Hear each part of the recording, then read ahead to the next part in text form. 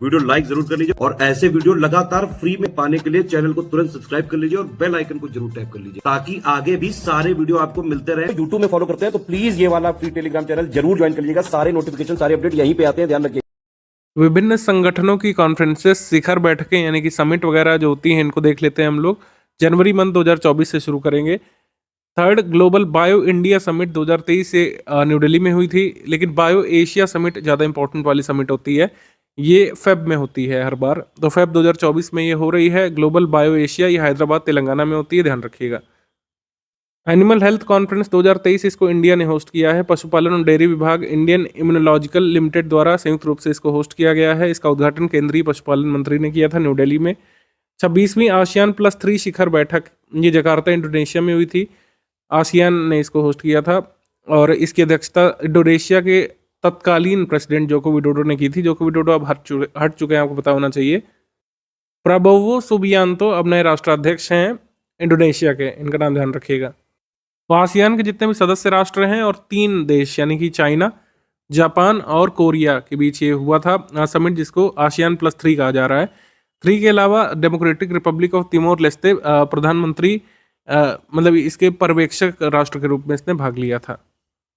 ASEAN देश plus China, Japan, Korea के साथ तिमोर लेस्ते ने भाग लिया था ऑब्जर्वर नेशन के रूप में आसियान +3 समिट में। तो आसियान देश +3 हो गए, चाइना, जापान और कोरिया, और ऑब्जर्वर कंट्री के रूप में पार्टिसिपेट किया यहाँ पर तिमोर लेस्ते। आगे बढ़ेंगे हम लोग। वन इंडिया साड़ी हैकाथॉन, इसका आयोजन मुंबई में हुआ था। इसका उद्देश्य था हथकरघा साड़ी संस्कृति का प्रचार प्रसार करना। हैंडलूम साड़ीज को यहाँ पर अनवेल किया गया था, एग्जिबिट किया गया था। 10वां national conference on disability Gurugram Haryana में हुआ था। इसका उद्घाटन उपराष्ट्रपति जगदीप धनखड़ ने किया था, जो कि हरियाणा से ही बिलोंग करते हैं। 10वां राष्ट्रीय सम्मेलन था दिव्यांगता पर। एविएशन एक्सपो विंग्स इंडिया, इसका आयोजन हैदराबाद तेलंगाना में होता है हर साल। ये 2024 में भी हैदराबाद में हुआ है। इसकी थीम इस बार थी connecting India to world in the Amritkaal. 10वां वाइब्रेंट गुजरात ग्लोबल समिट, इसका आयोजन हुआ गांधीनगर गुजरात में। इसमें गेस्ट कंट्री था संयुक्त अरब अमीरात के राष्ट्राध्यक्ष मोहम्मद बिन जायद। थीम थी इसकी गेटवे टू द फ्यूचर। इसमें जो चेयरपर्सन है रिलायंस ग्रुप के मुकेश अंबानी जी, इन्होंने अनाउंस किया था India's first carbon fibre facility Hazira Gujarat में खुलेगी, ये अनाउंसमेंट किया गया था। और साथ ही साथ 30 gigawatt renewable energy plant Khavda नामक जगह पर कक्ष पे लगाने के लिए भी अनाउंसमेंट इन्होंने किया था। अडानी ग्रुप ने, मतलब अडानी ग्रुप ने किया था ये रिन्यूएबल एनर्जी प्लांट लगाने के लिए। और अंबानी ग्रुप या फिर रिलायंस के चेयरपर्सन मुकेश अंबानी ने कहा था India's first carbon fibre facility ये हजीरा में लगाई जाएगी गुजरात में। साहसिक पर्यटन पर राष्ट्रीय सम्मेलन ये भी गुजरात में हुआ था, एकता नगर में। पर्यटन मंत्रालय ने इसको करवाया था। भारत अंतर्राष्ट्रीय विज्ञान महोत्सव 2023, इसका आयोजन हुआ था फरीदाबाद हरियाणा में। इसकी थीम थी science and technology public outreach in Amritkaal. India mobility expo 2024 ये न्यू दिल्ली में हुआ था। 54वां वैश्विक आर्थिक मंच वर्ल्ड इकोनॉमिक फोरम की वार्षिक बैठक 2024 की दावोस स्विट्जरलैंड में हुई थी। इस मीटिंग में या फिर कह सकते हैं इस फोरम में alliance for global good gender equity and equality ये इंडिया ने लॉन्च किया था इसमें, तो ये ध्यान रख सकते हैं। वैश्विक आर्थिक मंच के संस्थापक और अध्यक्ष क्लाउस श्वाब ने WEF को इस अलायंस के नेटवर्क पार्टनर के रूप में और इन्वेस्ट इंडिया को संस्थागत भागीदार के रूप में नामित करते हुए भारत को पूर्ण समर्थन देने का वादा किया था इसमें। इसकी थीम थी वर्ल्ड इकोनॉमिक फोरम की मीट की रीबिल्डिंग ट्रस्ट। आगे बढ़ेंगे हम लोग। नवा इंडिया फूड एक्सपो, इसका आयोजन लखनऊ उत्तर प्रदेश में हुआ था। बागवानी एवं खाद्य प्रसंस्करण विभाग उत्तर प्रदेश और इंडियन इंडस्ट्रीज एसोसिएशन द्वारा इसका आयोजन किया गया था। भागीदार देश इसमें था Vietnam, partner country Vietnam. Lucknow में या फिर उत्तर प्रदेश के किसी भी सिटी में कोई छोटा मोटा कॉन्फ्रेंस या फेस्टिवल भी होता है तो उसको अब आपको देखना पड़ेगा, क्योंकि ये सब चीज़ें काफ़ी पूछी जा रही हैं। तो 9th इंडिया फूड एक्सपो का आयोजन हुआ था लखनऊ उत्तर प्रदेश में। Department of horticulture and food processing Uttar Pradesh और इंडियन इंडस्ट्रीज एसोसिएशन ने इसको ऑर्गेनाइज किया था। इंडस फूड 2024 ये ग्रेटर नोएडा उत्तर प्रदेश में हुआ था। इसको किसने ऑर्गेनाइज किया था?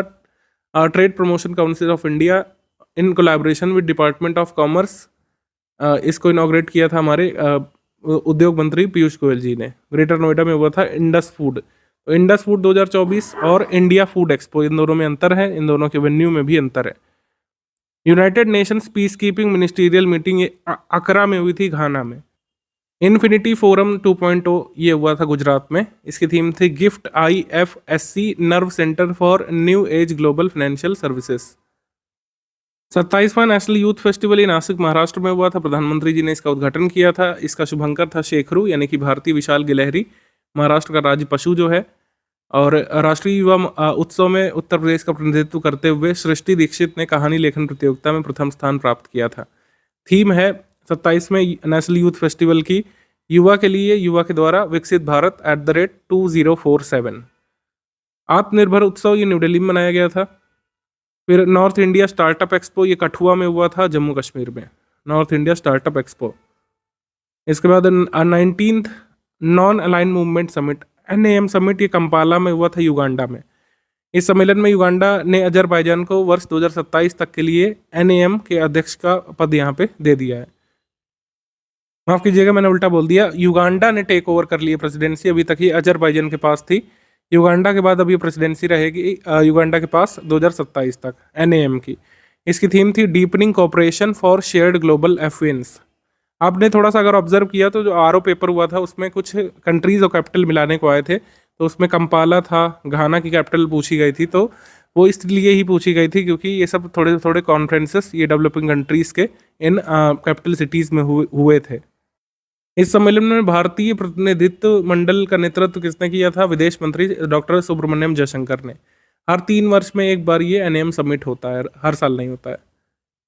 इसके बाद स्टील फैब 2024 एग्जीबिशन ये लगा था संयुक्त अरब अमीरात में।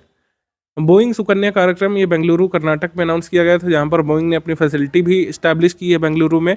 और अमेरिका के बाहर बोइंग का अब तक का सबसे बड़ा निवेश है। 1600 करोड़ रुपए की फैसिलिटी बोइंग ने लगाई है बेंगलुरु में। और बोइंग सुकन्या कार्यक्रम का उद्देश्य है विमानन क्षेत्र में यानी एविएशन सेक्टर में ज़्यादा से ज़्यादा लड़कियों को यहाँ पे प्रवेश दिलाना। दिसंबर 2023 का ये करंट अफेयर काफ़ी इंपॉर्टेंट है। अमूर्त सांस्कृतिक धरोहर यानी कि इनटैंजिबल कल्चरल हेरिटेज की सुरक्षा के लिए अंतर सरकारी समिति की बैठक बोत्सवाना में हुई थी, कसाने नाम की जगह पर, बोत्सवाना में, जो कि एक अफ्रीकन कंट्री है। यूनेस्को की इस बैठक में गुजरात का जो गरबा डांस है इसको भारत से एक इनटैंजिबल कल्चरल हेरिटेज घोषित कर दिया गया है। और इस तरीके से भारत की 15वीं सांस्कृतिक धरोहर ये बन चुका है, यानी कि भारत का ये 15वां इनटैंजिबल कल्चरल हेरिटेज बन चुका है गुजरात का गरबा डांस। और ये बैठक कहाँ पर हुई थी? 18वीं बैठक ये थी बोत्सवाना के कसाने में हुई थी यूनेस्को की। ठीक है, तो ये ध्यान रखिएगा। इसके बाद Asia Pacific economic cooperation APEC leaders week ये सैन फ्रांसिस्को में हुआ था, US में। और इसको होस्ट भी अमेरिका ने किया था। इसको इनॉग्रेट किया था अमेरिका के प्रेसिडेंट जोसेफ बाइडेन ने। WHO की regional committee for south east Asia की बैठक ये 76वां सेशन हुआ था न्यू दिल्ली में। डॉक्टर मनसुख मंडाविया हमारे स्वास्थ्य मंत्री हैं, इनको दक्षिण पूर्व एशिया के लिए वैश्विक स्वास्थ्य संगठन की क्षेत्रीय कमेटी का 76वें सत्र को संबोधित करने के लिए अध्यक्ष भी नियुक्त किया गया था। ठीक है। 15th tribal youth exchange programme, 15th tribal youth exchange programme ये मुंबई महाराष्ट्र में हुआ था। ये ट्राइबल यूथ एक्सचेंज प्रोग्राम होते हैं ट्राइबल यूथ को मेन स्ट्रीम करने के लिए। अलग अलग मिनिस्ट्रीज इसमें जुटती हैं और उद्देश्य वही होता है ट्राइबल यूथ का किसी तरीके से डेवलपमेंट, एम्पावरमेंट किया जाए और उनको मेन स्ट्रीम में लाया जाए। ठीक है, जैसे कई बार होता है कि ट्राइबल जो प्लेयर्स होते हैं या फिर ट्राइबल कोई भी पर्सन होते हैं वो एकदम से अलग निगाहों से देखे जाने लगते हैं कभी कभी। तो उस चीज़ को नॉर्मलाइज करने के लिए ये अलग अलग राज्यों में आप देखेंगे कहाँ पे ये इसका ऑर्गेनाइजेशन हुआ, मुंबई महाराष्ट्र में, जहाँ पर ट्राइबल जनसंख्या कम है वहाँ पर इनका ऑर्गेनाइजेशन होता है ट्राइबल यूथ एक्सचेंज प्रोग्राम में। भारत श्रीलंका का शिखर सम्मेलन यानी इंडिया श्रीलंका बिजनेस समिट ये हुई थी श्रीलंका में, कोलंबो में। इनहेंसिंग कनेक्टिविटी इस बार थीम थी इसकी। यहाँ पर निर्मला सीतारमण जी यहाँ पे गई थी ऑफिशियल अपने विजिट पर श्रीलंका में। और SBI की ब्रांचेस ट्रिंकोमाली और जाफना में इन्होंने इनॉग्रेट भी की थी। तो कौन से बैंक की ब्रांचेस इन्होंने इनॉग्रेट की? हमारे वित्त मंत्री जी ने SBI की श्रीलंका में, ये ध्यान रख सकते हैं। दूसरा चरण यहाँ पर काशी तमिल संगमम का। काशी तमिल संगमम पिछली बार कहाँ पे हुआ था? चेन्नई में। इसी तरीके से एग्जाम में आपको कंफ्यूज कर सकते हैं कि पहला फेज इसका आपका चेन्नई में हुआ था, जबकि रॉन्ग है, दोनों ही फेजेस आपका वाराणसी में ही हुआ है। तो इस तरीके से आपको ध्यान रखना है। आपको कई बार सिचुएशनली कंफ्यूज करते हैं कि सेकंड फेज अगर वाराणसी में हुआ आप तुरंत ही अज्यूम कर ले लगते हैं कि हाँ शायद पहला फेज चेन्नई में या फिर साउथ के किसी सिटी में हुआ होगा, जबकि इनकरेक्ट होगा। दोनों ही फेजेस जो है वाराणसी में ही मेन इवेंट हुए हैं। पिछली बार भी हुआ था ठंडियों में, 2022 में और अब की बार हुआ है दिसंबर 2023 में। तो हमारा आंसर इसमें कौन सही होगा? ओनली सेकंड यहाँ पे करेक्ट होगा। फर्स्ट फेज भी वाराणसी में हुआ था। एक भारत श्रेष्ठ भारत कार्यक्रम के तहत ये सब कार्यक्रम हो रहे हैं। काशी तमिल संगमम, जिससे जो नॉर्थ साउथ डिवाइड है उसको कम किया जा सके और जो हमारा शेयर्ड कल्चर है नॉर्थ का साउथ का उसको हाईलाइट किया जा सके। कार्यक्रम में करीब 1400 लोगों का 7 समूह बनाया गया था 200 के ग्रुप में। 7 समूहों का नाम एक पवित्र नदी के नाम पर रखा गया था, गंगा, यमुना, सरस्वती, सिंधु, गोदावरी, कावेरी। ठीक। 17 दिसंबर 2023 को काशी तमिल संगमम में अपने भाषण का अनुवाद करने के लिए AI भाषणी नामक जो टूल है उसका यूज़ किया गया था। कार्यान्वयन एजेंसी जो है ये IIT मद्रास है तमिलनाडु में, और BHU जो उत्तर प्रदेश की यूनिवर्सिटी है वह, तो ये दोनों मिलकर कर रहे हैं। नोडल मिनिस्ट्री है मिनिस्ट्री ऑफ एजुकेशन। ठीक है। मैं कई बार आपको अपने वीडियोस में पूछ चुका हूँ, लगभग कई लोगों को याद भी हो चुका होगा। उत्तर प्रदेश का जो है वो एक भारत श्रेष्ठ भारत के अंतर्गत किन स्टेट्स के साथ पेयर किया गया है? जल्दी से आप कमेंट करके बताइए। Which of the following are partner states of Uttar Pradesh under Ek Bharat श्रेष्ठ भारत इनिशिएटिव? आसियान देशों के रक्षा मंत्रियों की 10वीं बैठक ये कहाँ पे हुई थी? जकार्ता, इंडोनेशिया में। इसके बाद 22वां अंतर्राष्ट्रीय प्रतिस्पर्धा नेटवर्क सम्मेलन ये बार्सिलोना में हुआ था स्पेन में, और भारत का प्रतिस्पर्धा आयोग भी इसमें पार्टिसिपेट करने के लिए गया था। इसके बाद उत्तराखंड ग्लोबल इन्वेस्टर समिट 2023 इसका आयोजन हुआ वन अनुसंधान संस्थान देहरादून उत्तराखंड में। UKPSC या फिर UK में कोई भी एग्जाम उत्तराखंड में अगर आप दे रहे हैं तो इसके बारे में ध्यान रखिएगा। ये इसका आयोजन हुआ उत्तराखंड में देहरादून में, और इसकी थीम थी peace to prosperity. Peace to prosperity. 11वां world innovation summit for education ये हुआ था दोहा कतर में। इसकी थीम थी क्रिएटिव फ्लुएंसी। तो 11वां world innovation summit for education ये हुआ था दोहा कतर में। इसके बाद 5वां वैश्विक आयुर्वेद महोत्सव ये पहले ही तय हो गया था कि तिरुवनंतपुरम में होगा, केरल में। इसको इनॉग्रेट किया था हमारे वाइस प्रेसिडेंट जगदीप धनखड़ ने। इसकी थीम थी emerging challenges in health care and resurgent Ayurveda. राष्ट्रीय मानवाधिकार संस्थाओं का 14वां अंतर्राष्ट्रीय सम्मेलन हुआ था कोपेनहेगन, डेनमार्क में। प्रत्येक 3 वर्ष में एक बार होता है। तो भारत का प्रतिनिधित्व किया था हमारे राष्ट्रीय मानवाधिकार आयोग के अध्यक्ष जी ने, न्यायमूर्ति अरुण मिश्रा ने। अब जल्दी से कमेंट करके बताइए, हमने उत्तर प्रदेश के कौन क्या है वीडियो में बताया था। Uttar Pradesh human rights commission के इस समय चेयरपर्सन कौन है ये बताइए, और कितने वर्ष का या कितने टेन्योर कितनी अवधि का उनका कार्यकाल होता है ये बताइए। इसके बाद 11वां अंतर्राष्ट्रीय पर्यटन मार्ट इसका आयोजन हुआ था शिलोंग, मेघालय में। 29वां कोलकाता अंतर्राष्ट्रीय फिल्म फेस्टिवल ये हुआ था कोलकाता में। सरफेस्ट फिल्म का गोल्डन बंगाल टाइगर पुरस्कार मिला था चिल्ड्रन ऑफ नोबडी नामक इजरायली फिल्म को। और सरफेस्ट निर्देशक का पुरस्कार कार्लोस डेनियल मॉल्वे को मिला था, वेनेजुएला के हैं जो। और उद्घाटन फिल्म थी इसकी दया दया। 3रा वैश्विक हिंदू कांग्रेस इसका आयोजन हुआ था बैंकॉक, थाईलैंड में। और इस बार इसकी थीम थी जयस्य आयतनाम धर्म, जिसका अर्थ होता है धर्म विजय का निवास है। 33rd international maritime organisation council meet हुई थी लंदन, UK में। और भारत को अंतर्राष्ट्रीय समुद्री संगठन परिषद यानी कि इंटरनेशनल मैरीटाइम ऑर्गेनाइजेशन काउंसिल के 2025 तक के द्विवार्षिक सत्र के लिए पुनः नियुक्त मतलब चुन लिया गया है, इलेक्ट कर लिया है। तो ये इस वजह से इंपॉर्टेंट हो सकता है। First world Odia language conference 2024 में इनॉग्रेट करने के लिए कहा है ओडिशा के मुख्यमंत्री जी ने। उन्होंने कहा है कि फरवरी 2024 में पहली बार वैश्विक स्तर की ओडिया भाषा सम्मेलन वो आयोजित करना चाहते हैं, जिससे ओडिया लैंग्वेज का प्रचार प्रसार भारत में और बाहर किया जा सके। इंडियन नेवल सिंपोजियम ये हुआ था बैंकॉक, थाईलैंड में। इसके बाद WAIPA वर्ल्ड इन्वेस्टमेंट कॉन्फ्रेंस पहली बार भारत के न्यू दिल्ली में इसका आयोजन हुआ था। इस वजह से जरूरी है क्योंकि ऑर्गेनाइजेशन में मतलब समिट के ऑर्गेनाइजेशन में कोई भी अन्य जो फैक्ट होते हैं जरूरी वाले वो भी कई बार आ जाते हैं। जैसे इस कॉन्फ्रेंस को पहली बार भारत में ऑर्गेनाइज किया गया तो ये जरूरी हो सकता है। इसकी थीम थी empowering investors. 28th United Nations climate change conference 2023 ये COP28 हम लोग कह सकते हैं, ये दुबई में हुई, UAE में, दुबई UAE में। इसकी अध्यक्षता की थी संयुक्त अरब अमीरात के मंत्री सुल्तान अल जाबेर ने। प्रधानमंत्री जी 1 दिसंबर को इसमें शामिल होने के लिए गए थे। सबसे पहले इंपॉर्टेंट बात कर लेते हैं कि अगले COP कहाँ पे होंगे। टेंटेटिव यहाँ पे आ चुके हैं होस्ट की लिस्ट, जैसे COP29 तो जो 2024 में इस साल होना, ये अजरबैजान में होगा, और ब्राज़ील में होगा COP30 वाला 2025 में ब्राज़ील में होगा। तो COP30 ब्राज़ील में, COP29 अजरबैजान में। तो ये दोनों बातें ध्यान रखिए, क्योंकि अपकमिंग COP ही ज़्यादा पूछे जाते हैं। महत्वपूर्ण बातों के बारे में बात कर लें तो जीवाश्म जीवाश्म ईंधन की वैश्विक खपत कम करने की शुरुआत करने वाले ऐतिहासिक समझौते पर हस्ताक्षर किए गए। 2030 तक 3 गुना नवीनीकृत ऊर्जा क्षमता बढ़ानी है। ऊर्जा दक्षता के लक्ष्य को प्राप्त करना है। लगभग 117 देशों ने वैश्विक नवीनीकरण और ऊर्जा दक्षता प्लेज पर हस्ताक्षर किए हैं। ठीक, और उसके बाद अगर हम देखें तो लॉस एंड डैमेज फंड का सृजन का सुझाव दिया गया है, जिसमें सारे जो मतलब डेवलप्ड कंट्रीज हैं या फिर जो मतलब धनी देश हैं वो इसमें कंट्रीब्यूट करेंगे लॉस एंड डैमेज फंड में। इंडिया और चाइना ने हालांकि कह दिया है कि लॉस एंड डैमेज फंड में वो अभी नहीं पैसा जमा कराएंगे जब तक अन्य विकसित देश जो है इसकी पहल नहीं करते। लॉस एंड डैमेज फंड का पर्यवेक्षण किसको मिला है? विश्व बैंक को, अगले 4 वर्ष के लिए। ये बड़ा जरूरी फैक्ट है, ये आपके एग्जाम में आ सकता है कि लॉस एंड डैमेज फंड को होस्ट कौन करेगा? विश्व बैंक यानी कि वर्ल्ड बैंक। 8 दिसंबर 2023 को ग्रीन राइजिंग पहल की शुरुआत भारत ने COP28 में की थी। जलवायु परिवर्तन प्रदर्शन सूचकांक भी जारी किया गया। भारत को इसमें 7वें स्थान पर रखा गया। अभी हालांकि डिटेल रिपोर्ट नहीं आई है, तो भारत का स्थान यहाँ पर 7वां है, ध्यान रखिएगा।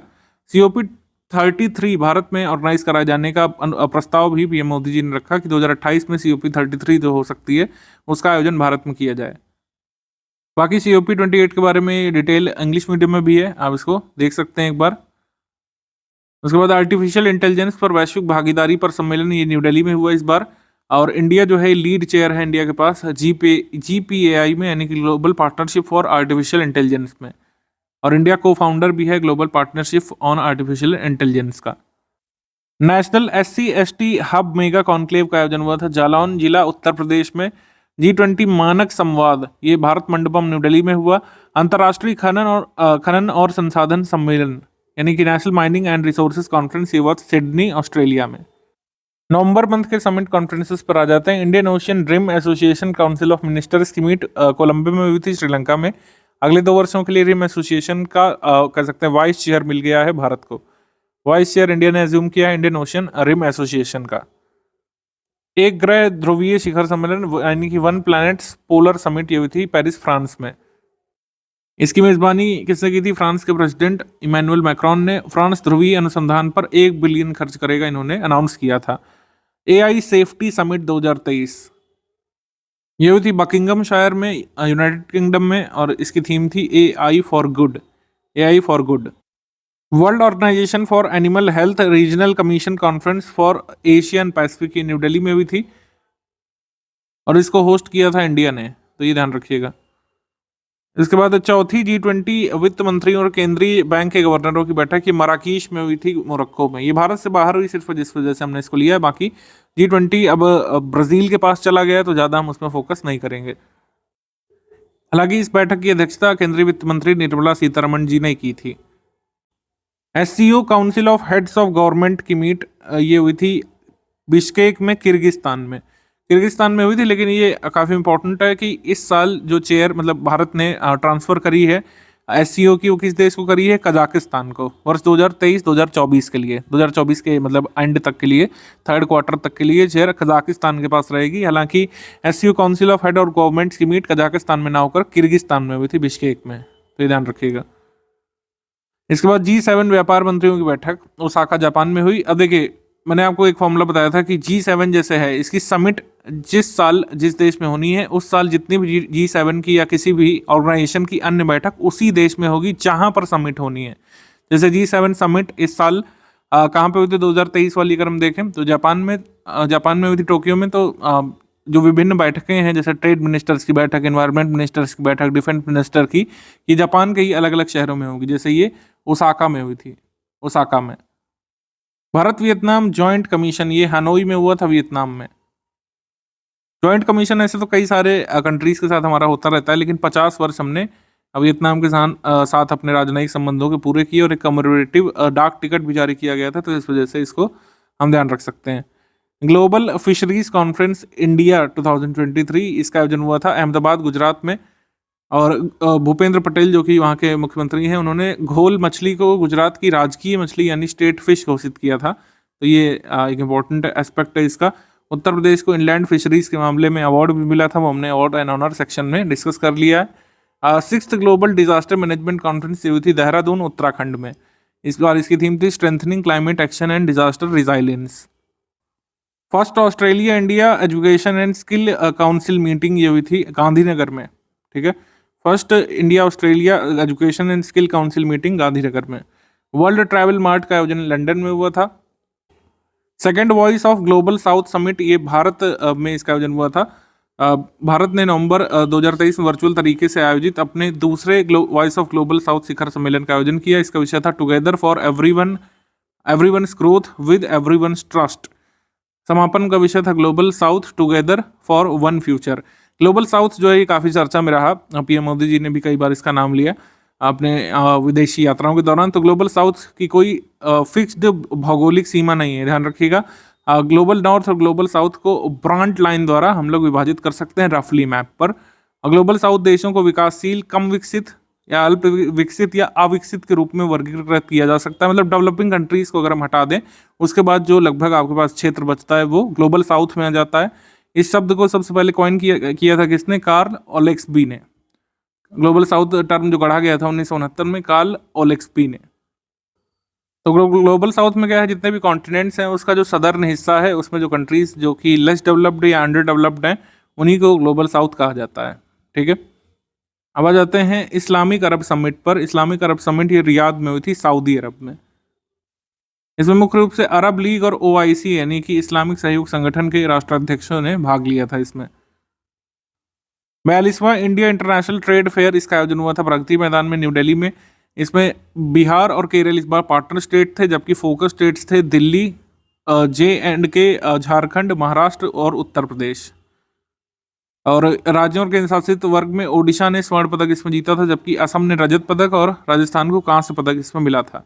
राज्यों के वर्ग में विषयगत प्रस्तुति में मध्य प्रदेश ने स्वर्ण पदक जीता था। तो ये इंपॉर्टेंट इसकी चीज़ें हो गई। वसुधैव कुटुंबकम जो G20 की थीम थी 2023 में, वही इसकी रखी गई, वसुधैव कुटुंबकम। Indian society of blood transfusion and immuno haematology की 48वीं कॉन्फ्रेंस ट्रांसकॉन का आयोजन हुआ था लखनऊ में, उत्तर प्रदेश में। ये ध्यान रखिएगा। इस कॉन्फ्रेंस का आयोजन लगभग 15 वर्ष बाद उत्तर प्रदेश में किया गया था। आसियान भारत का मिलेट फेस्टिवल ये मनाया गया था जकार्ता, इंडोनेशिया में। इसमें आसियान कंट्रीज ने भाग लिया था और भारत ने। फिफ्थ इंडिया यूएस का 2+2 मिनिस्ट्रियल डायलॉग न्यू दिल्ली में हुआ इस साल का। UCCN का एनुअल कॉन्फ्रेंस ये ब्रागा में हुआ था, पुर्तगाल में। वर्ल्ड फूड इंडिया 2023 कॉन्फ्रेंस ये हुई थी न्यू दिल्ली में 3 नवंबर को। Sixth India OPEC energy dialogue high level meet ये हुई थी वियना, ऑस्ट्रिया में। A20 यानी accelerate to net zero ASEAN summit exhibition ये हुआ था कुआलालंपुर में, मलेशिया में। आ जाएंगे हम लोग अक्टूबर मंथ पे। अक्टूबर मंथ 2023 में अर्बन शिफ्ट एशिया फोरम ये हुआ था न्यू दिल्ली में। 8वां पूर्वी आर्थिक मंच या ईस्टर्न इकोनॉमिक फोरम ये हुआ था व्लादिवोस्टोक में, रशिया में। 14वां वैश्विक मसाला कांग्रेस या स्पाइस कांग्रेस ये जनरली महाराष्ट्र में होता है, मुंबई में। तो ये वाशी नवी मुंबई में हुआ था, महाराष्ट्र में। टेक्नोलॉजी एंड भारतीय भाषा समिट ये हुआ था न्यू दिल्ली में। इसकी थीम थी technology and Indian languages, technology and Indian languages. India smart cities conclave ये हुआ था इंदौर, मध्य प्रदेश में। संकल्प सप्ताह कार्यक्रम या संकल्प सप्ताह इनिशिएटिव का प्रोग्राम ये हुआ था भारत मंडपम, न्यू दिल्ली में। भारत मंडपम दिल्ली में देश के आकांक्षी ब्लॉक कार्यक्रम के लिए सप्ताह भर चलने वाला विशिष्ट कार्यक्रम संकल्प सप्ताह का शुभारंभ किया गया था। जैसे एस्पिरेशनल डिस्ट्रिक्ट प्रोग्राम लॉन्च हुआ था जनवरी मंथ 2018 में, वैसे ही एस्पिरेशनल ब्लॉक कार्यक्रम भी नीति आयोग से शुरू किया गया है हमारे देश में। एस्पिरेशनल ब्लॉक्स को यहाँ पर रैंकिंग दी जाएगी। पहली रैंकिंग शायद आ भी चुकी है, डेल्टा रैंकिंग, उसको रैंक्स रिपोर्ट इंडेक्स में हम लोग देखेंगे ही। तो संकल्प सप्ताह एस्पिरेशनल ब्लॉक प्रोग्राम या एस्पिरेशनल डिस्ट्रिक्ट प्रोग्राम की तर्ज पर जो एस्पिरेशनल ब्लॉक प्रोग्राम है उसके लिए चलाया गया था। इसको 500 एस्पिरेशनल ब्लॉक्स में 329 डिस्ट्रिक्ट में ओवरऑल हमारे देश में इम्प्लीमेंट किया जा रहा है as of now. 8th international competitiveness summit BRICS की हुई थी और 9वां ब्रिक्स अंतर्राष्ट्रीय प्रतिस्पर्धा सम्मेलन वर्ष 2025 में साउथ अफ्रीका में आयोजित हो जाने के लिए कहा गया था। 8वां का आयोजन हुआ था न्यू दिल्ली में, ठीक है। Leniency programme and digital economy report भी जारी इसमें की गई थी। केमिस्ट्री ऑफ सीमेंट पर 16वीं अंतर्राष्ट्रीय कांग्रेस का आयोजन हुआ था बैंकॉक, थाईलैंड में। और इस कार्यक्रम में कहा गया कि 17वीं केमिस्ट्री ऑफ सीमेंट पर अंतर्राष्ट्रीय कांग्रेस होगी 2027 में भारत में, ठीक है। 14वां वैश्विक कौशल शिखर सम्मेलन 14th ग्लोबल स्किल समिट ये हुआ था दिल्ली में। कंस्ट्रक्शन स्किल्स इसकी थीम थी। आरोग्य मंथन कार्यक्रम ये हुआ था न्यू दिल्ली में। प्रधानमंत्री जन आरोग्य योजना आयुष्मान भारत के 5 साल यहाँ पे पूरे हुए थे, इस वजह से इसका आयोजन हुआ था। 27वीं वर्ल्ड रोड कांग्रेस का आयोजन हुआ था प्राग में, चेक रिपब्लिक में। ISA steel infra build summit का आयोजन हुआ था लखनऊ उत्तर प्रदेश में। गगनयान मिशन की समीक्षा बैठक हुई थी, इसमें गगनयान मिशन का टारगेट फिर आगे शिफ्ट कर दिया गया है। इस बैठक में वर्ष 2025 तक गगनयान मिशन के लॉन्च की पुष्टि की गई थी। पहले आपको बताया कि इसकी डेडलाइन थी 2022, कोविड की वजह से इसको आगे बढ़ाया गया, फिर 2024 इसमें कहा गया, लेकिन अब फाइनली कह रहे हैं कि 2025 में गगनयान को लॉन्च किया जा सकता है। इसमें लॉन्ग टर्म गोल्स भी निर्धारित किए गए। वर्ष 2035 तक एक भारतीय अंतरिक्ष केंद्र हमको स्थापित करना है। इंडिया का खुद का स्पेस सेंटर होना चाहिए और 2040 तक पहले भारतीय को चंद्रमा पर भेजने का लक्ष्य भी रखा गया है। भारत और ब्रिटेन के बीच पहली 2+2 विदेश और रक्षा वार्ता यहाँ पे हुई थी। 2+2 डायलॉग जनरली क्वाड कंट्रीज के साथ भारत करता रहा है, लेकिन अब ब्रिटेन के साथ भी 2+2 डायलॉग यहाँ पर पहली बार किया गया था। उत्तर प्रदेश में कृषि कुंभ का आयोजन हुआ था भारतीय गन्ना अनुसंधान संस्थान तेलीबाग लखनऊ में। उत्तर प्रदेश कृषि कुंभ 2.0। 10 पार्टनर कंट्रीज से करीब 2 लाख फार्मर्स ने पार्टिसिपेट किया था। 500 नेशनल इंटरनेशनल कंपनीज और इंस्टीट्यूशंस ने यहाँ पे भाग लिया था। इसमें इंटरनेशनल ओलंपिक कमेटी का 141वां सेशन जियो वर्ल्ड सेंटर मुंबई में आयोजित हुआ था। 40 साल बाद भारत में इंटरनेशनल ओलंपिक कमेटी की बैठक हुई थी। 1983 में आखिरी बार हुआ था और अब हुआ है 2023 में। 141वां सत्र है ये। इसमें प्रधानमंत्री जी ने कहा था कि वर्ष 2036 में ओलंपिक की मेजबानी भारत करना चाहता है। SCO council of heads of governments की बैठक हुई थी बिश्केक किर्गिस्तान में। और प्रेसिडेंसी एससीओ की वर्ष 2023-24 के लिए किसके पास? रिपब्लिक ऑफ कजाकिस्तान के भी पास है, ध्यान रखिएगा। Free from functional food expo ये हुआ था दुबई यूएई में। Free from functional food. वैश्विक स्वास्थ्य शिखर सम्मेलन वर्ल्ड हेल्थ समिट का आयोजन हुआ था बर्लिन जर्मनी में। इंडिया ने एक कैंपेन या फिर इनिशिएटिव यहाँ पे लॉन्च किया था 75/25। इसका मतलब है कि 75 मिलियन लोग भारत में जो हाइपरटेंशन और डायबिटीज का सामना कर रहे हैं उनकी सहायता की जाए और स्टैंडर्ड केयर उनको प्रोवाइड किया जाए वर्ष 2025 तक।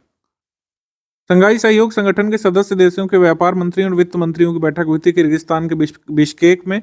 Moscow format 5th Moscow format consultations meeting हुई थी कजान रशिया में। जहाँ पर मीटिंग में इंडिया और पाकिस्तान साथ में पार्टिसिपेट करते हैं, वहाँ पे ये कई बार थोड़ा सा इंपॉर्टेंट हो जाता है, इस वजह से हमने इसको लिया है। 16वीं कृषि विज्ञान कांग्रेस ये हुई थी कोच्चि केरल में। समिट्स पर आ जाते हैं। सितंबर मंथ में इंडिया मेडिटेक एक्सपो, इसका आयोजन हुआ था गांधीनगर गुजरात में। National SC/ST hub mega conclave का आयोजन हुआ था गुमला झारखंड में। यूथ 20 शिखर सम्मेलन का आयोजन हुआ था वाराणसी में, Y20 जिसको बोलते हैं। 78वां session United Nations General Assembly का ये हुआ था नए महासभा के अध्यक्ष डेनिस फ्रांसिस की अध्यक्षता में। डेनिस फ्रांसिस जो है ये किस देश से हमने अपॉइंटमेंट्स बताया है? त्रिनिडाद एंड टोबैगो से, ठीक है, तो ध्यान रखिए त्रिनिडाद एंड टोबैगो से।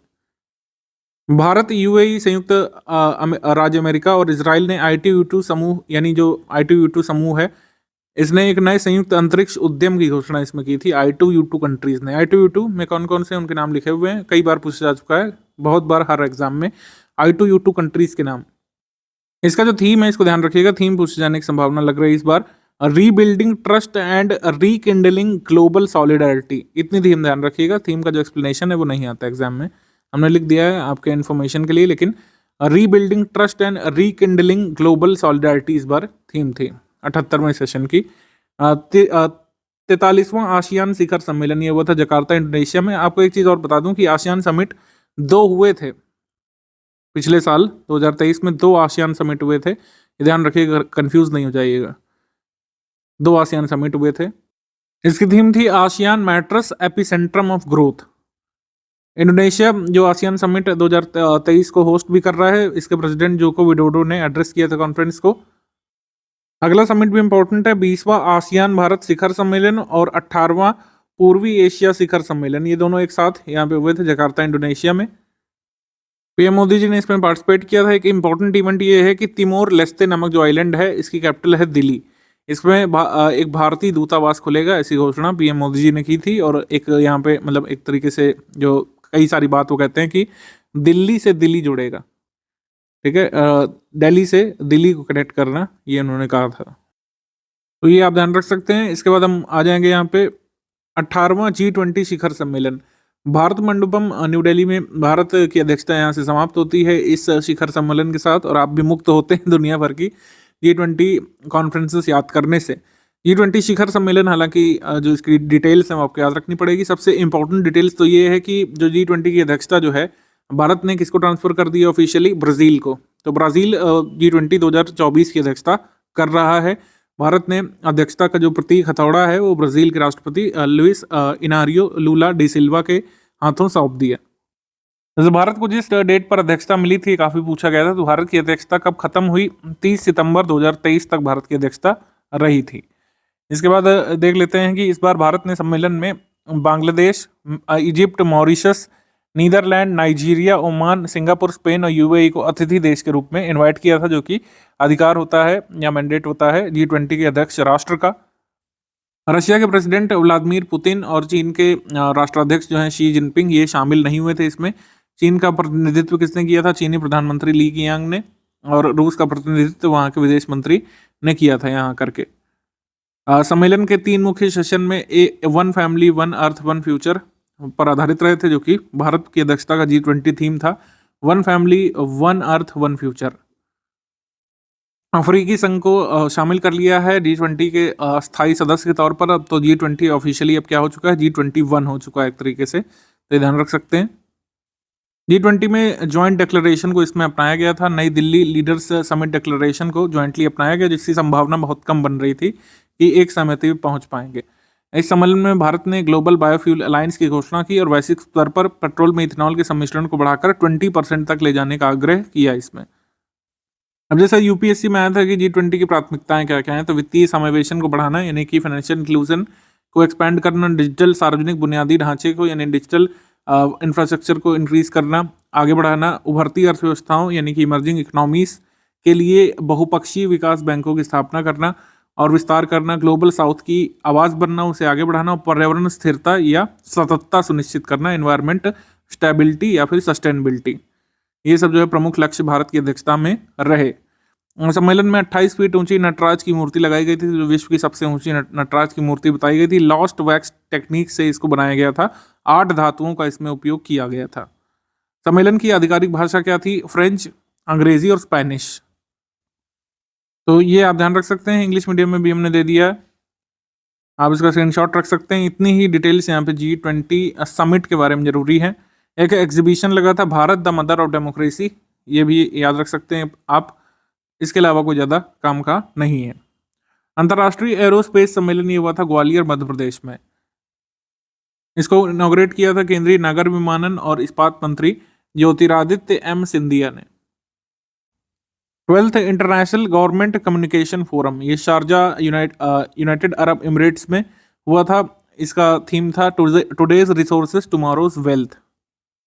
G77 प्लस चाइना समिट ये हुई थी हवाना क्यूबा में। विकासशील देशों का ऑर्गेनाइजेशन है G77 प्लस चाइना समिट ये हुई थी हवाना क्यूबा में। इंडिया स्मार्ट सिटीज कॉन्क्लेव का आयोजन हुआ था इंदौर मध्य प्रदेश में। इंदौर मध्य प्रदेश, केंद्रीय आवास शहरी मामलों के मंत्रालय ने इसका ऑर्गेनाइज किया था। अंतर्राष्ट्रीय व्यापार शो यानी कि इंटरनेशनल ट्रेड शो ये हुआ था ग्रेटर नोएडा उत्तर प्रदेश में। द्रौपदी मुर्मू प्रेसिडेंट जी ने इसका इनॉग्रेशन किया था। यूपी सीडा ने यहाँ पे फर्स्ट प्राइज जीता था स्टॉल डिजाइन में, और फर्स्ट इंटरनेशनल ट्रेड शो ये था उत्तर प्रदेश का। नेशनल ई गवर्नेंस कॉन्फ्रेंस हुई थी इंदौर मध्य प्रदेश में। डेवलपिंग इंडिया एम्पावर्ड सिटीजन्स इसकी थीम थी। खमरी मो सिक्किम या फिर हेलो सिक्किम कार्यक्रम, ये भारतीय नौसेना ने शुरू किया था पूर्वोत्तर राज्यों के साथ संपर्क को मजबूत करने के लिए। लोनावला महाराष्ट्र में INS शिवाजी जो शिप है से सिक्किम तक यात्रा का आयोजन यहाँ पे किया गया था। इन सिटीज़ के नाम लिखे हुए थे उत्तर प्रदेश के महू, झांसी, लखनऊ, वाराणसी, बागडोगरा से गुजरते हुए ये यात्रा गुजरनी थी। फिर सेकंड स्टेज में सिक्किम के अंदर की यात्रा इसमें शामिल थी। तीसरे चरण में कोलकाता, भुवनेश्वर, विशाखापट्टनम और पुणे से इसको गुजरना था।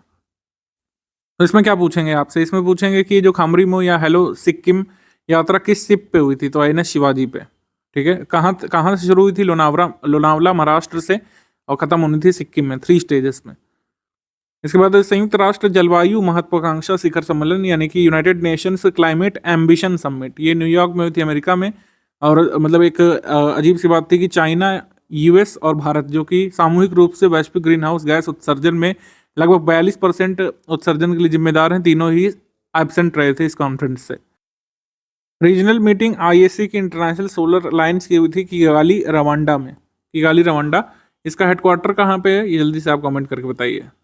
हेडक्वार्टर कहाँ पे है आईएसए का? G20 कल्चर मिनिस्टर्स की मीटिंग हुई थी वाराणसी उत्तर प्रदेश में। और ministerial meeting on eliminating the tuberculosis in the south east Asia region, ये हुई थी गांधीनगर गुजरात में।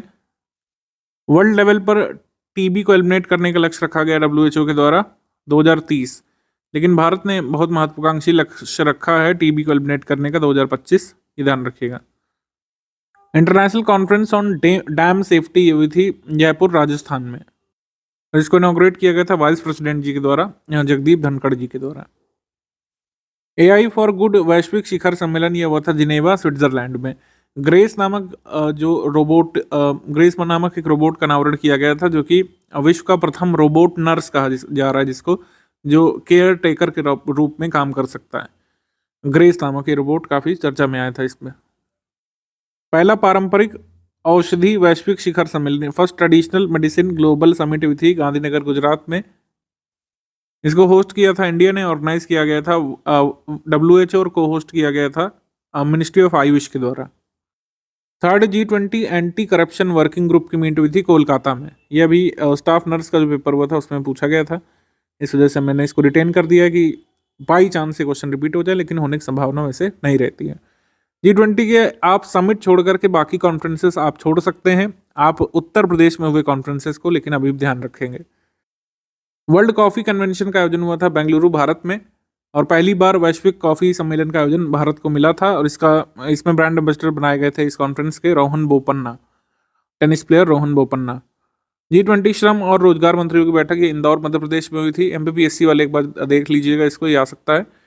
Bharat new car assessment programme, ये PT पेपर में आया था इसके बारे में कि Bharat new car assessment programme में सेफ्टी स्टैंडर्ड्स बढ़ाना चाहते हैं व्हीकल्स जिसका वजन जो है 3.5 टन तक का है, उनमें रोड सेफ्टी को इन्हेंस करना चाहता है हमारा ministry of road transport and highways. उसी के तहत ये प्रोग्राम लाया गया था, Bharat new car assessment programme. 15वां ब्रिक्स समिट ये जोहानिसबर्ग में हुआ था साउथ अफ्रीका में। दक्षिण अफ्रीका ने इसकी अध्यक्षता और मेजबानी की थी। भारत की ओर से प्रधानमंत्री मोदी जी इसमें शामिल हुए थे। 2019 के बाद पहली बार ऐसा हुआ था कि ब्रिक्स कंट्रीज के सभी लीडर एक साथ यहाँ पे आए थे। Brazil, Russia, China, south Africa के एक ही प्लेटफॉर्म पर आए थे। इसमें 6 कंट्रीज को इनवाइट भी किया गया था ब्रिक्स को ज्वाइन करने के लिए, और आपने देखा अर्जेंटीना को छोड़कर बाकी 5 कंट्रीज ने ब्रिक्स को ऑफिशियली 1 जनवरी 2024 से ज्वाइन कर लिया है। 1 जनवरी 2024 से 5 कंट्रीज ने ज्वाइन किया है। ऑफिशियल इन्विटेशन 6 कंट्रीज को भेजा गया था, जिसमें अर्जेंटीना का नाम भी शामिल है। अर्जेंटीना के प्रेसिडेंट ने बैक ऑफ कर लिया कि वो नहीं ज्वाइन करेंगे अभी, तो 5 कंट्रीज ने ज्वाइन किया है ब्रिक्स को, उनके नाम ध्यान रखिएगा। 5 मेंबर कंट्रीज जिनको ब्रिक्स ने ज्वाइन किया है या फिर ब्रिक्स में जो ज्वाइन हुए हैं 1 जनवरी 2024 से, सऊदी अरब, इथोपिया, UAE, ईरान और इजिप्ट हैं, इनका नाम ध्यान रखिएगा। इसमें आ सकता है किसने ज्वाइन किया या फिर किसने नहीं। ब्रिक्स उद्योग मंत्रियों की बैठक वर्चुअल तौर पे आयोजित हुई थी रशिया मतलब कह सकते हैं साउथ अफ्रीका की चेयरमैनशिप में 7 अगस्त को वर्चुअल तौर पर। G20 फिल्म फेस्टिवल का आयोजन हुआ था India international centre new Delhi में। ओपनिंग फिल्म यहाँ पे दिखाई गई थी Pather Panchali, song of the little road के नाम से डब करके दिखाई गई थी। उद्घाटन विक्टर बनर्जी और G20 शेरपा अमिताभ कांत ने किया था। 16 अंतर्राष्ट्रीय पुरस्कार विजेता फीचर फिल्म दिखाई गई थी। ऑस्ट्रेलिया की, ब्राजील की, जापान आदि देशों की फिल्में इसमें दिखाई गई थी G20 फिल्म फेस्टिवल में। दूसरा रूस अफ्रीका आर्थिक और मानवीय शिखर सम्मेलन हुआ था सेंट पीटर्सबर्ग रूस में। इस सम्मेलन में रूसी राष्ट्रपति व्लादिमीर पुतिन और 49 अफ्रीकी राष्ट्र प्रमुखों की बैठक हुई थी इसमें। ये सम्मेलन वैसे तो होना था अक्टूबर 2022 में अदीस अबाबा में, इथोपिया में, लेकिन रूस यूक्रेन युद्ध के बाद से स्थगित हो गया था। फाइनली ये हुआ सेंट पीटर्सबर्ग में, रशिया में। अमेजॉन शिखर सम्मेलन ये हुआ था बेलेम में, ब्राजील में। 27वां दिल्ली बुक फेयर यानी कि दिल्ली पुस्तक मेला का आयोजन हुआ था। इसका विषय था राष्ट्र निर्माण में पुस्तकें। G20 इम्पार समिट का आयोजन हुआ था गांधीनगर गुजरात में। ग्राफीन औरोरा प्रोग्राम को अप्रूव किया गया था माकेर विलेज कोच्चि केरल में। ग्राफीन के लिए इंडिया इनोवेशन सेंटर स्थापित करने के लिए केरल के डिजिटल विश्वविद्यालय centre for materials and electronics technology और टाटा स्टील के बीच एक समझौता किया गया था। तो भारत का पहला जो हम लोग कह सकते हैं ग्राफीन इंडिया इनोवेशन सेंटर ये कहाँ पे स्टैब्लिश होगा? कोच्चि में। बाल सुरक्षा और बाल कल्याण पर 5वीं क्षेत्रीय संगोष्ठी का आयोजन ये हुआ था गुवाहाटी में। नवा भारत अंतर्राष्ट्रीय MSME एक्सपो और शिखर सम्मेलन हुआ था न्यू दिल्ली में। G20 पर्यावरण और जलवायु मंत्रियों की बैठक हुई थी चेन्नई तमिलनाडु में 27 जुलाई को। 4th space economy leaders meet ये हुई थी बेंगलुरु में। इंडो पैसिफिक सिक्योरिटी डायलॉग हुआ था ताइपे ताइवान में। Aspiring for super mind in the city of evolving consciousness ये हुआ था ओरोविले में तमिलनाडु में। समिट सेक्शन देख लेते हैं जुलाई मंथ की। 5वां हेलीकॉप्टर और लघु विमान शिखर सम्मेलन ही हुआ था खजुराहो में मध्य प्रदेश में। वत्सल भारत ये हुआ था इसका ऑर्गेनाइजेशन न्यू दिल्ली में। 9 राज्यों के शासित प्रदेश इसमें शामिल हुए थे, इनके नाम एक बार देख सकते हैं। वत्सल भारत में किसने भाग लिया था? महिला एवं बाल विकास मंत्रालय द्वारा इस संगोष्ठी का आयोजन किया गया था। 23वां संघाई सहयोग संगठन का शिखर सम्मेलन वर्चुअल तौर पर भारत की अध्यक्षता में आयोजित किया गया था। इस साल 2023 तक भारत के पास अध्यक्षता रही। जुलाई तक आपको पता हो, अगर हमने बार बार बताया है कि एससीओ की अध्यक्षता G20 की अध्यक्षता 2023 वर्ष में भारत के पास रही थी। तो ये समिट जो कल्बिनेट हुआ था भारत की अध्यक्षता में। कजाकिस्तान ने भारत से अध्यक्षता ग्रहण कर ली है एससीओ की। तो जुलाई 2023 से जुलाई 2024 तक एससीओ की अध्यक्षता किसके पास है? कजाकिस्तान के पास है, ध्यान रखिएगा। ईरान, बेलारूस और मंगोलिया को पर्यवेक्षक राज्य के रूप में आमंत्रित किया गया था इसमें, ये भी काफी जरूरी है। एससीओ की परंपरा के अनुसार तुर्कमेनिस्तान को भी अध्यक्ष राष्ट्र के अतिथि के तौर पर भारत ने आमंत्रित किया था। First meeting on AI threats ये हुआ था यूके में। एआई खतरों पर वैश्विक सम्मेलन ये हुआ था यूके में। तो एआई पूरा वर्ल्ड चर्चा में रहा पूरे साल भर। तो एआई संबंधित ये मीट ध्यान रखिएगा। 56वीं आसियान विदेश मंत्रियों की बैठक ये जकार्ता इंडोनेशिया में हुई थी। इस बैठक में सऊदी अरब अमीरात आधिकारिक तौर पर आसियान की जो एमिटी ट्रीटी होती है, यानी कि आसियान के सदस्य बनने के रूप में जो पहला स्टेप होता है उसमें शामिल हुआ था। Treaty of amity and cooperation TAC का सदस्य बना था सऊदी अरब। 51वां देश ऐसा था जो जिसने इस ट्रीटी को साइन किया। तो आसियान अफेयर्स इसकी थीम थी, आसियान फॉरेन मिनिस्टर्स की बैठक। ये अभी पीटी में पूछा गया था कि इनमें से किस कंट्री ने treaty of amity and cooperation को साइन किया? सऊदी अरब ने। ब्रिक्स अर्बनाइजेशन फोरम का आयोजन हुआ था दक्षिण अफ्रीका के डरबन में इसकी थीम थी advancing for urban resilience and sustainable cities and towns toward future generations. विश्व का सबसे बड़ा अंतर्राष्ट्रीय मंदिर सम्मेलन और एक्सपो ये हुआ था वाराणसी में। रुद्राक्ष कन्वेंशन सेंटर वाराणसी में। 26वां वर्ल्ड माइनिंग कांग्रेस हुआ था ब्रिस्बेन ऑस्ट्रेलिया में। 22nd वर्ल्ड एनर्जी कांग्रेस ये हुआ था कुआलालंपुर में मलेशिया में। 91वीं बड़े बांधों पर अंतर्राष्ट्रीय आयोग की बैठक हुई थी गॉथेनबर्ग में स्वीडन में। 50वीं GST परिषद की बैठक हुई थी न्यू दिल्ली में। इसमें डिसाइड किया गया था कि ऑनलाइन गेम्स जो है उसको GST के दायरे में रखा जाएगा 28% वाले में। काफ़ी विरोध भी यहाँ पर किया गया था गेमिंग इंडस्ट्री के द्वारा, लेकिन casino, horse racing, online gaming पर 28% GST लगाने का यहाँ पे निर्णय लिया गया था। नाटो शिखर सम्मेलन ये विल्नियस में हुआ था लिथुआनिया में। 31 जो नाटो कंट्रीज हैं उन्होंने इसमें भाग लिया था। और पहली बार ऐसा हुआ था कि अपने शत्रु राष्ट्र कह सकते हैं रशिया की सीमा से मात्र 200 किलोमीटर और एक प्रमुख रशिया के सहयोगी बेलारूस से मात्र 35 किलोमीटर की दूरी पर विल्नियस में लिथुआनिया में नाटो समिट का आयोजन हुआ था। जून मंथ के समिट अगर देखें तो ब्रिक्स विदेश मंत्रियों की बैठक हुई थी केप टाउन में दक्षिण अफ्रीका में। जैसे मैंने बताया था कि ब्रिक्स की अध्यक्षता किसके पास थी 2023 की? साउथ अफ्रीका के पास। तो साउथ अफ्रीका के ही विभिन्न शहरों में सारी ब्रिक्स की मीटिंग्स का आयोजन होता हुआ देखने को मिलेगा आपको। First ministerial meeting of India European union trade and technology council ये वो था ब्रसल्स में, बेल्जियम की कैपिटल ब्रसल्स में। पहला खनन स्टार्टअप शिखर सम्मेलन, फर्स्ट माइनिंग स्टार्टअप समिट हुआ था IIT मुंबई में। 8th meeting of agricultural ministers of SCO member states, ये वर्चुअल तौर पे आयोजित किया गया था, लेकिन भारत की अध्यक्षता में ये हुआ था। Russia, Uzbekistan, Kazakhstan, Kyrgyzstan, Tajikistan, चीन और पाकिस्तान ने भी इसमें भाग लिया था। थर्ड मैरीटाइम सिक्योरिटी डायलॉग ये हुआ था न्यू दिल्ली में। प्राकृतिक संरक्षण के लिए अंतर्राष्ट्रीय संघ की वैश्विक संरक्षण कांग्रेस का आयोजन हुआ था UAE में। एक्चुअली अभी हुआ नहीं, 2025 का इवेंट है। इसमें ये न्यूज़ आई थी कि UAE इसकी अध्यक्षता या मेजबानी करेगा 2025 में, तो ये न्यूज़ आई थी, आप ध्यान रख सकते हैं। इसके बाद डिजिटल इंडिया डायलॉग ये हुआ था मुंबई में। तीसरा क्वाड लीडर्स समिट ये हुआ था हिरोशिमा जापान में। इस बैठक की मेजबानी ऑस्ट्रेलिया ने की थी, ठीक है, ये ध्यान रखिएगा।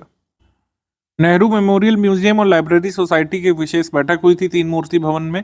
नेहरू मेमोरियल और लाइब्रेरी सोसाइटी है, इसमें कहा गया था कि इसका नाम बदल करके प्रधानमंत्री संग्रहालय और लाइब्रेरी सोसाइटी अब किया जाएगा। मतलब नेहरू मेमोरियल लाइब्रेरी सोसाइटी ने प्रधानमंत्री संग्रहालय और लाइब्रेरी सोसाइटी इसका नाम बदल दिया जाएगा, ठीक है।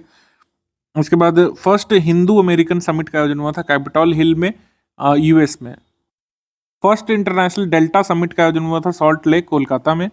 मई में देखेंगे हम लोग। अब 42वां आसियान शिखर सम्मेलन, हमने 43वें की बात की, वो जकार्ता में हुआ था, और 42वां आसियान शिखर सम्मेलन ये हुआ था लाबुआन बाजो में, इंडोनेशिया में। तो इंडोनेशिया के राष्ट्रपति जोको विडोडो ने इसकी अध्यक्षता और मेजबानी की थी। ASEAN matters epicentre of growth इसकी भी थीम थी। मतलब एक मई में हुआ और एक सितंबर मंथ में भी हुआ है आसियान समिट लास्ट ईयर, ये ध्यान रखिएगा, सितंबर में और मई में। थीम सेम थी, ASEAN matters epicentre of growth. International museum expo 2023 का आयोजन किया गया था। इसमें नई दिल्ली में प्रधानमंत्री ने अंतर्राष्ट्रीय एक्सपो के शुभंकर ग्राफिक उपन्यास अ डे एट म्यूजियम, भारतीय संग्रहालय निर्देशिका, कर्तव्य पथ, पॉकेट मानचित्र आदि का अनावरण किया था। और इसमें जो ऑफिशियल मैस्कॉट था ये द्वारपाल था। द्वारपाल बेसिकली क्या था, सिंधु घाटी सभ्यता से कांसे की नर्तकी की मूर्ति जो है उससे प्रेरित एक मैस्कॉट बनाया गया था। इसका थीम था संग्रहालय, स्थायित्व और कल्याण, यानी कि म्यूजियम सस्टेनेबिलिटी एंड वेलबींग। तो इसका मैस्कॉट क्या था, द्वारपाल। द्वारपाल बेसिकली क्या, door guardian bronze statue dancing girl belonging to Sindhu घाटी। तो आगे बढ़ते हैं हम लोग। तीसरा forum for India Pacific islands cooperation शिखर सम्मेलन, forum for India Pacific island cooperation summit Port Moresby में हुआ था, पापुआ न्यू गिनी में। प्रधानमंत्री जी ने इसमें भाग लिया था। ये भी पूछा गया था पीटी में इस साल, जो पीटी हुआ था विभिन्न शिफ्ट में, इसका आयोजन कहाँ पे हुआ, पापुआ न्यू गिनी में। 14 पैसिफिक आइलैंड कंट्रीज ने इसमें पार्टिसिपेट किया था। Meeting of SCO foreign ministers council ये हुई थी पणजी, गोवा में। ये मीटिंग इसलिए खास है क्योंकि पाकिस्तान के विदेश मंत्री बिलावल भुट्टो यहाँ पे पार्टिसिपेट करने के लिए आए थे। 12 वर्ष बाद भारत की यात्रा करने वाले पहले पाकिस्तान के विदेश मंत्री बने थे बिलावल भुट्टो। 23वां SCO का जो समिट हुआ था, इसमें एक और इम्पोर्टेंट न्यूज़ है कि ईरान अब 9th परमानेंट मेंबर या फुल टाइम मेंबर बन गया था SCO का, ये ध्यान रखिएगा। 9th full time member of SCO कौन बना, ईरान। G7 समिट के बारे में बात कर लेते हैं। हिरोशिमा में जापान में इसका आयोजन हुआ था। मैंने शायद टोक्यो बोल दिया था शुरू में, माफ कीजिएगा। हिरोशिमा में जापान में इसका आयोजन हुआ था G7 समिट का। मेन जो टॉपिक्स डिस्कस किए गए थे G7 लीडर्स के द्वारा, कोऑपरेशन, रूल ऑफ लॉ, विधि की शासन के बारे में, और स्वच्छ ऊर्जा अर्थव्यवस्था की ओर संक्रमण के बारे में, यानी ग्रीन एनर्जी ट्रांजिशन के बारे में। आर्टिफिशियल इंटेलिजेंस पर दिशा निर्देश के सृजन की मांग की गई थी। यूक्रेन में रूस की जो आक्रामकता बढ़ रही है उस पर चिंता व्यक्त की गई थी। इसी शिखर सम्मेलन के दौरान पीएम मोदी जी ने हिरोशिमा में गांधी जी की प्रतिमा का अनावरण भी किया था। इसमें G7 देशों ने बैठक के बाद जलवायु परिवर्तन की दिशा में 2023 के अंत तक एक क्लाइमेट क्लब सृजित करने का भी निर्णय लिया था, और 2035 तक कोयले पर आधारित सेक्टर का डीकार्बनाइजेशन करने का लक्ष्य G7 कंट्रीज ने रखा है। इसमें इंडिया जो है G7 का फुल टाइम मेंबर नहीं है, लेकिन एक ऑब्जर्वर के तौर पर, चूंकि जापान के प्रधानमंत्री किशिदा ने इनवाइट भी किया था इंडिया को, इस वजह से पीएम मोदी जी इसमें पार्टिसिपेट करने के लिए गए थे। बात जाएंगे हम लोग अप्रैल मंथ की समिट्स पर। तो फर्स्ट ग्लोबल बुद्धिज्म या बुद्धिस्ट समिट, इसका आयोजन हुआ था न्यू दिल्ली में। 2 दिवसीय बौद्ध शिखर सम्मेलन का आयोजन न्यू दिल्ली में हुआ।